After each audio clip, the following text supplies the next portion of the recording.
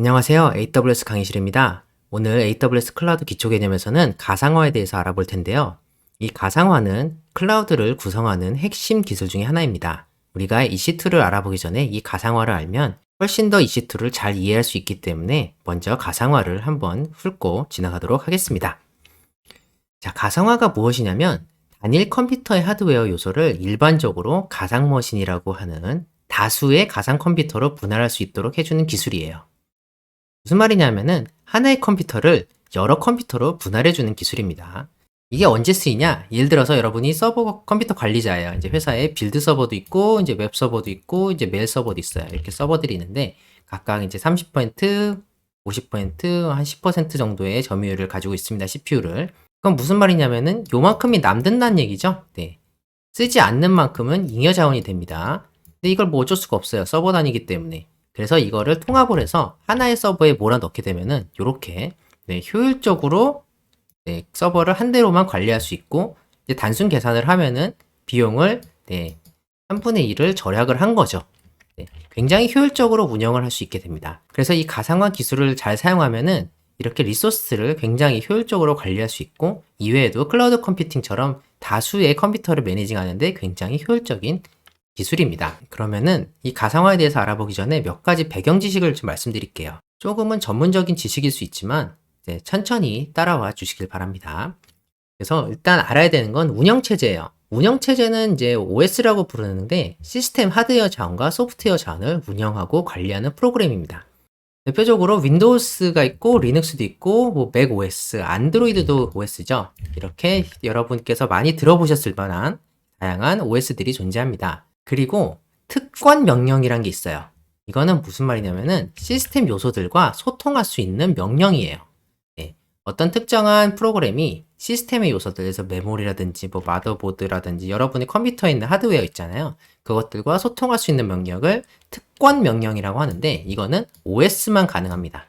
그래서 여기 말씀드린 윈도우즈, 리눅스, 맥OS, 안드로이드 이런 애들만 특권 명령을 시스템과 요소가 소통할 수 있는 특권 명령을 가지고 있어요. 그래서 이 OS는 특권 명령 때문에 일반적으로 하나의 하드웨어에서는 시스템당 하나밖에 돌아갈 수가 없습니다. 그래서 여러분께서 뭐 특수한 경우는 있겠지만 일반적인 경우를 얘기하면은 하나의 컴퓨터에는 하나의 OS만 깔려 있게 됩니다. 그런데 일반 프로그램은 특권 명령이 필요 없기 때문에 많은 프로그램을 동시에 수행할 수 있어요. 예를 들어서 여러분이 그 워드를 뭐 문서 작업을 하면서 노래를 듣는다든지 유튜브를 보면서 게임을 한다든지 여러 가지 작업을 동시에 수행하시죠. 그리고 여러 프로그램을 동시에 띄웁니다. 이게 가능한 이유는 일반 프로그램이기 때문이에요. 그리고 OS는 일반 프로그램이 아니기 때문에 이렇게 동시에 여러 OS를 띄울 수가 없습니다. 그래서 가상화가 나타나기 전까지는 하나의 하드웨어 시스템 이꼴 하나의 OS였습니다. 일반적으로는 그랬어요. 즉 일반적인 컴퓨터처럼 직접 OS가 하드웨어에 설치된 상태, 이거를 베어메탈이라고 불러요. 이거는 가상화의 반대입니다. 여러분 컴퓨터처럼 그냥 별 가상화 실행 없이 하나의 OS에 하나의 하드웨어에 이렇게 설치된 상태가 베어메탈이라고 부릅니다. 이 베어메탈 상태로만 운영이 가능했었어요. 그래서 어떤 구조냐면은 다이어그램을 그려보면 이제 하드웨어가 있고 그 위에 OS가 올라가 있고 그 위에 여러 가지 어플리케이션이 올라가 있는 일반적인 구조였습니다. 그래서 이게 가상화가 등장하기 전의 얘기예요. 그런데 1세대의 가상화가 등장을 했어요. 이건 fully emulated라고 불리는데요. 모든 시스템 요소가 에뮬레이터 안에 돌아가는 겁니다. 여러분 에뮬레이터가 뭔지는 아실 텐데 일종의 프로그램으로서 그 기능을 있는 것처럼 구현하는 게 에뮬레이션이에요. 예를 들어서 CPU라든지 하드디스크라든지 뭐 마더보드라든지 모든 요소들을 에뮬레이터로 구현해서 OS와 연동합니다. 그러니까 간단히 생각하면 매트리스 생각하시면 돼요. 이 매트리스는 모든 세상이 다 프로그램이죠. 그래서 그 뭐 문도 프로그램이고 뭐 길바닥도 프로그램이고 심지어 사람도 프로그램이고 음식도 다 프로그램이에요. 다 모든 게. 그래서 그 뭐 컴퓨터로 치면은 CPU도 프로그램이고 메모리도 프로그램이고 여러분 그 그래픽 카드도 프로그램이고 다 프로그램이에요. 그래서 굉장히 느립니다. 다이어그램을 보면은 요 앱 어플리케이션 안에 요게 이제 내가 컴퓨터인 것처럼 행동하는 마치 매트리스처럼 컴퓨터처럼 행동하는 요 안에 가상의 세계에 하드웨어도 있고 이제 OS도 돌아가 그 위에 OS가 돌아가고 그 위에 어플리케이션 돌아가는 게 어쨌든 간에 OS가 여러 개이기 때문에 가상화인데 이 모든 것을 다 프로그램으로 에뮬레이트 시켜서 사용하기 때문에 어쨌든 간에 엄청나게 느립니다. 네, 얘네들의 도움을 하나도 받을 수가 없거든요. 이게 1세대 완전 가상화입니다. 완전히 좋은 게 아니에요. 네. 2세대는 파라 버추얼라이제이션이라고 네, 이 게스트 OS, 즉 이 실행되는 OS를 뜻합니다. 여러 개로 실행되는 이 OS들을 뜻해요. 이 메인 OS 말고 요거를 게스트 OS라고 하는데 이 게스트 OS는 하이퍼바이저라는 애랑 통신을 하게 됩니다. 네.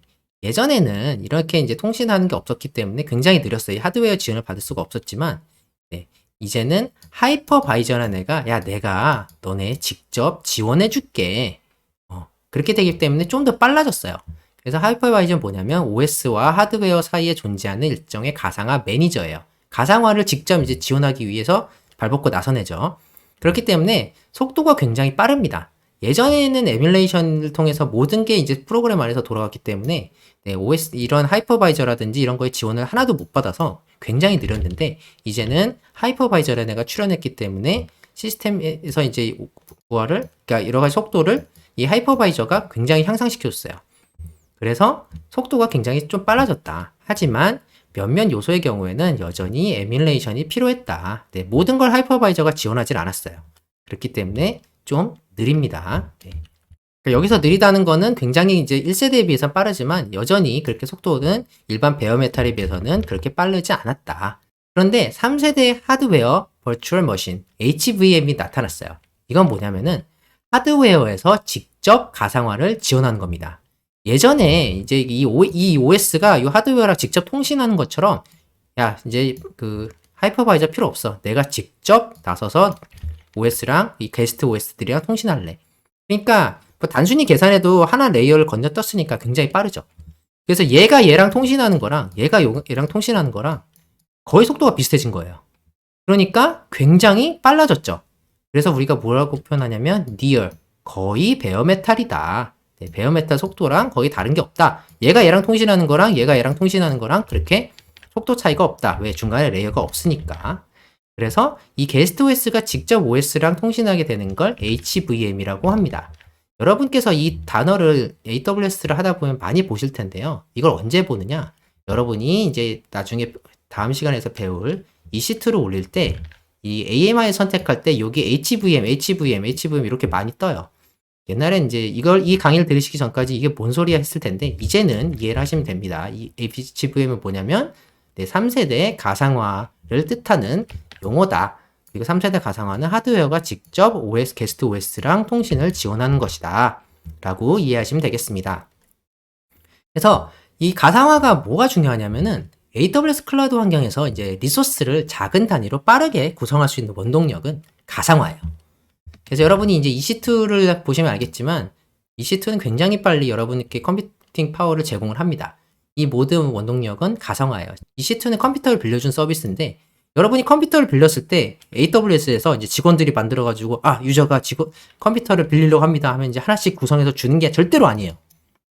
미리 구성되어 있는 서버에서 이렇게 가상화를 통해서 여러 이제 그 컴퓨팅이 구축이 돼 있죠. OS가 여러 개 돌려갈 수 있으니까 요 중 하나를 이렇게 할당해 주는 거예요. 필요에 따라서. 그리고 다 쓰면은 반납받고 또 다른 사람한테 할당해 주고. 절대로 컴퓨터를 직접 만들어서 주는 게 아니라 이미 돌고 있는 서버를 잘 가상화시켜서 여러분한테 제공하는 것이다. 그렇기 때문에 클라우드 환경과 가상화는 뗄래야 뗄 수가 없습니다. 가상화가 없이는 클라우드 환경도 존재할 수가 없어요. 그래서 여러분께서 이 EC2라는 걸 빌릴 때, 클라우드 컴퓨팅을 빌릴 때 가상화된 환경에서 동작하는 것이다 라는 걸 이해하고 계시면은 많은 부분을 좀 더 자세히 이해할 수 있게 됩니다. 오늘은 약간 좀 복잡할 수 있지만 제가 최대한 간단하게 가상화가 무엇인지 설명을 드렸고요. 다음 시간에는 이 지식을 바탕으로 AWS의 꽃이라고 불릴 수 있는 Elastic Computing Cloud EC2에 대해서 살펴보도록 하겠습니다. EC2는 말 그대로 엘라스틱, 탄력적인 컴퓨팅 서버를 클라우드 환경에서 제공해주는 서비스예요. 그러면은 AWS 강의실이었습니다. 감사합니다.